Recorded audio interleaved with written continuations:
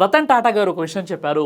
ఒకసారి మేము జర్మన్ వెళ్ళాము, అది ధనిక దేశం. అక్కడ ఒక రోజు మేము ఒక హోటల్కి వెళ్ళాము, ఆశ్చర్యపోయాము. అక్కడ అందరూ ఒకటో రెండో డిష్లు తెప్పించుకొని పూర్తిగా తిని వెళ్తున్నారు. ఒక మూలన టేబుల్ దగ్గర కొందరు వృద్ధులు ఒకే డిష్ తెప్పించుకొని అందరూ కలిసి పంచుకొని తింటున్నారు.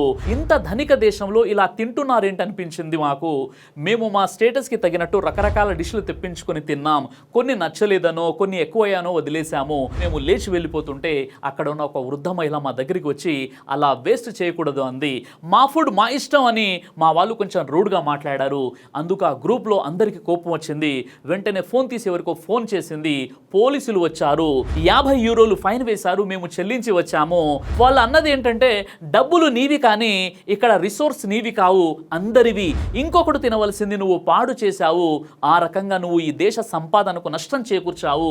దీనివల్ల మనం నేర్చుకునే గుణపాఠం ఏంటి? మనం పెళ్లిలో ఎంత దుబారా చేస్తాం, ఎంత తిని వదిలేస్తాం. ఈ విషయంలో జాగ్రత్త పడాల్సినటువంటి అవసరం ఎంతైనా ఉంది.